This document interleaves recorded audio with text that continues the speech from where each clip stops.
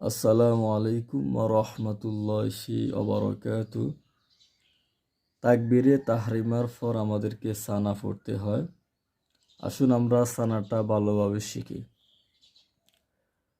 সুবহানা, সুবহানা কাল্লাহুম্মা। তা আমরা কি পড়ি? সুবহানাকা আল্লাহুম্মা পড়ি। ভালোভাবে লক্ষ্য করুন। সুবহা এক আলিফ টান, সুবহানা কাল্লাহুম্মা। কাফ হরফটি যে লামকে ধরে। কাল্লাহুম্মা ওয়া বিহামদিকা, ওয়া বিহামদিকা, ওয়া তাবারাকাসমুকা, ওয়া তাবারাকাসমুকা। তা এ বা হচ্ছে এক আলিফ টান। ওয়া তাবারাকাসমুকা, ওয়া তাআলা।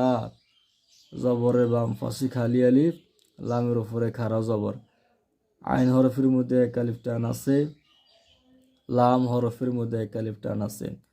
ওয়া তাআলা জাদ্দুকা, ওয়া তাআলা জাদ্দুকা, ওয়ালা ইলাহা।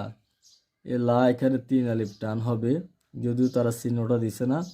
ওয়ালা ইলাহা, ওয়ালা ইলাহা গয়রুকা।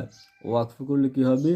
গয়রুক, গয়রুক, ওয়ালা ইলাহা গয়রুক। হামজার নিচে আছে জির, লামের উপরে আছে খাড়া জবর।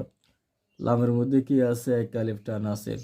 ওয়ালা ইলাহা গয়রুক সুবহানাকা আল্লাহুম্মা ওয়া বিহামদিকা ওয়া তাবারাকাসমুকা ওয়া তাআলা জাদ্দুকা ওয়ালা ইলাহা গয়রুক। আশা করি বুঝতে পারছেন। অর্থটাই একবার দেখুন। আয় আল্লাহ, আমি তোমারই পবিত্রতা বর্ণনা করতেছি তোমার প্রশংসার সহিত, মানে প্রশংসার সাথে। বরকতময় তোমার নাম, সুউচ্চ তোমার মহিমা, এবং তুমি ভিন্ন কোনো মাবুদ নেই। আল্লাহ রাব্বুল আলামিন আমাদের সকলকে নামাজের মাসালাগুলো বুঝে বুঝে পড়ার তৌফিক দান করুক। আমিন।